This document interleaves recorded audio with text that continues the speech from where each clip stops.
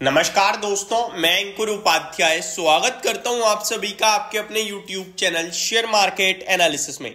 भारी गिरावट आ रही है मार्केट्स में आज, बहुत ही ज्यादा भारी।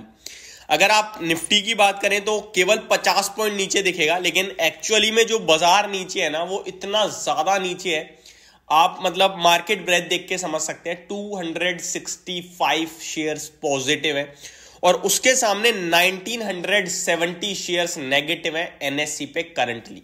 एक बढ़ने वाले शेयर के सामने ऑलमोस्ट 8 गिरने वाले स्टॉक्स आपके लिए खड़े हुए हैं। पोर्टफोलियो पूरी तरीके से डैमेज हो गई है। बीते कुछ दिनों से डैमेज धीरे धीरे हो ही रही थी ऑलरेडी। इंडेक्स लेवल पे निफ्टी लाइफ हाई लगा भी देता था, बट पोर्टफोलियो में हर दिन गिरावट ही आ रही थी। ऐसे में मैं आप सभी के साथ कंटिन्यू डिस्कस कर रहा हूं कि ये साल बाजार मेरा पैसा बनाने का नहीं बचाने का है, और जितना ज्यादा सेफ प्ले करेंगे उतना अच्छा रहेगा। डायरेक्ट इक्विटी से अच्छा है कि आप इंडेक्स में खरीदारी करें, ईटीएफ खरीदें, या फिर सबसे बेस्ट है आप म्यूचुअल फंड में पैसा लगाएं। और म्यूचुअल फंड में अगर कोई पैसा लगा रहा है या ऑलरेडी इन्वेस्टेड है या लगाना चाहता है, मैं सिर्फ एक ही चीज बोलूंगा, आपको 2 फंड्स पे ध्यान देना है। एक, इक्विटी एंड डेट दोनों होना चाहिए, और इसमें बेस्ट आईसीआईसीआई का इक्विटी एंड डेट फंड है, उस पर आप फोकस कर सकते हैं। दूसरा, आप आईसीआईसी का ब्लू चिप या फिर किसी भी लार्ज कैप पे फोकस कीजिए, अदरवाइज लार्ज और मिड। इसके अलावा आपको कहीं भी नजर डालनी ही नहीं है। आपको कितने भी अच्छे रिटर्न्स दिख रहे हो किसी भी फंड हाउस के, लेकिन आप मैक्सिमम यहीं रहेंगे तो आप पैसा बचाएंगे, क्योंकि जो रिटर्न्स आपको दिख रहे हैं ना वो पुराने हैं। अब जो आगे बनेगा वो यहां बनेगा। कहां बनेगा? आईसीआईसी का इक्विटी एंड डेट, क्योंकि आपका डेट में भी पैसा चला गया और ये साल डेट मार्केट के लिए अच्छा हो सकता है। दूसरा, लार्ज कैप ब्लू चिप जिसे कहते हैं हम, आप देख रहे हो निफ्टी नहीं गिरता है, मिड कैप स्मॉल कैप टूट रहा है, तो वहां हमारी सेफ्टी बन जाएगी। और तीसरा, आप लार्ज एंड मिड में भी चाहो तो पैसा लगा सकते हो, क्योंकि मिड कैप भी छोटा साइज नहीं है, बहुत बड़ा साइज है। तो ये आपके लिए बेस्ट फंड होंगे जहां पे आप चाहो तो निवेश कर सकते हो। वन मोर थिंग, अगर आप एसआईपी करना चाहते हो लेकिन चीजें समझ नहीं आती कहां से शुरू करनी है, तो डिस्क्रिप्शन में लिंक है जेड फंड का, जिसके माध्यम से आप डेली 100 रुपीज की एसआईपी लगा सकते हो। आप अपनी एसआईपी शुरू कर सकते हो वहां से। कोई भी इशू आता है डायरेक्टली कॉल कीजिए, ऐप पे आपको हमारी टीम का नंबर भी मिल जाएगा। तो ये तो हो गई आपके लिए सेफ्टी पर्पज से बात। लेकिन अभी जहां गिरावट हो रही है उसमें क्या करें? उसमें मतलब राहत ही नहीं है कहीं। इस तरीके से शेयर टूट रहे हैं, मौका ही नहीं दे रहे एग्जिट का, और इसे कहते हैं कहीं ना कहीं गिरावट के संकेत आना। अभी तो ये अगर आपको लग रहा है ना बाजार बहुत टूट गया, मैं आपको बता रहा हूं, आप देखो ना कहां पे कितना टूट गया आपका। निफ्टी तो लाइफ हाई पे खड़ा है, 200 पॉइंट भी नीचे नहीं है अपने लाइफ हाई से। मिड कैप स्मॉल कैप में भी कोई खास बड़ी गिरावट आई नहीं है। अगर मैं पर्टिकुलरली मिड कैप की भी बात करूं तो 49,780 से 48,300 खड़ा है। कितना टूटा है ये आपका? कुछ भी तो नहीं टूटा, 1400-1500 पॉइंट नीचे है केवल। तो गिरावट उतनी है ही नहीं, और 1400-1500 पॉइंट में भी आज 800 पॉइंट तो आज ही टूटा है। समझ रहे हो? तो मतलब गिरावट तो होना रह रही है भाई साहब। तो ये शुरुआती संकेत आ रहे हैं ऐसा लग रहा है। तो अब पोर्टफोलियो मैनेज करना शुरू कर दो जितनी जल्दी हो सके।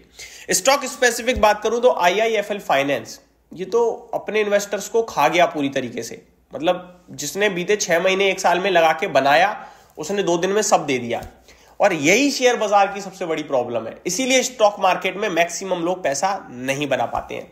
अब आईआईएफएल फाइनेंस में अगर मैंने आज से 6 महीने पहले पैसा लगाया होता तो मैं बहुत खुश होता, क्योंकि मैंने अपना पैसा लगाया 594 पे और ऊपर ट्रेड कर रहा था मेरे लिए। 1 साल पहले पैसा लगाया होता तो 400 रुपये मैंने इन्वेस्ट किया और स्टॉक में मेरे को 50% के रिटर्न्स मिल रहे होते। लेकिन 2 दिन में क्या हुआ, मेरे रिटर्न्स तो छोड़ो, मेरा नेगेटिव प्रोफाइल हो गया। मेरा एफडी में पैसा ज्यादा बन जाता, मैं ये सोच रहा होता, क्योंकि स्टॉक ने मेरे को निकलने का भी मौका नहीं दिया भाई। दो दिन में 20% का लोअर सर्किट, और आज आपके लिए शेयर 380 पे खड़ा है। लेकिन इंटरेस्टिंग पार्ट ये कि लॉक सर्किट पे लॉक होने के बावजूद भी 56 लाख शेयर्स आज ट्रेड हो गए हैं। एवरेज वॉल्यूम कितना है? 13 लाख का। तो 4 गुना वॉल्यूम आ गए हैं आज एवरेज वॉल्यूम के सामने। तो कुछ तो अंदर ही अंदर पक रहा है इस स्टॉक में, बट क्रैश हुआ है, और क्रैश हुआ है आरबीआई के एक्शन के बाद। बट मेरे को लगता है अब बेचने वाला स्टॉक है ही नहीं है। कल भी मैंने यही कहा था, कल भी आप बेच नहीं पाए, और आज भी मैं यही कह रहा हूं, आज भी आप बेच नहीं पाओगे। तो यही डिटेल है। जेएम फाइनेंशियल 16-17% ये भी नीचे दिख रहा है आपको, क्योंकि आरबीआई ने इस पे भी एक्शन लिया है। बट इसमें और करेक्शन होगी नहीं होगी वो मार्केट डिपेंड करेगा, क्योंकि इसके कारोबार में इतना इंपैक्ट नहीं आएगा जो आरबीआई ने एक्शन लिया है उससे।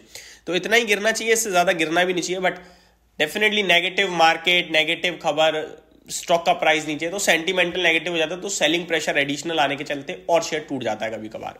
एमजीएल ब्रोकरेज हाउस डाउनग्रेड कर रहे हैं। आप कमाल की बात देखो, एमजीएल में 1321 पे ट्रेड कर रहा है। ब्रोकरेज हाउस ने बाय से सेल की रेटिंग दे दी है, और टारगेट प्राइस कहाँ है?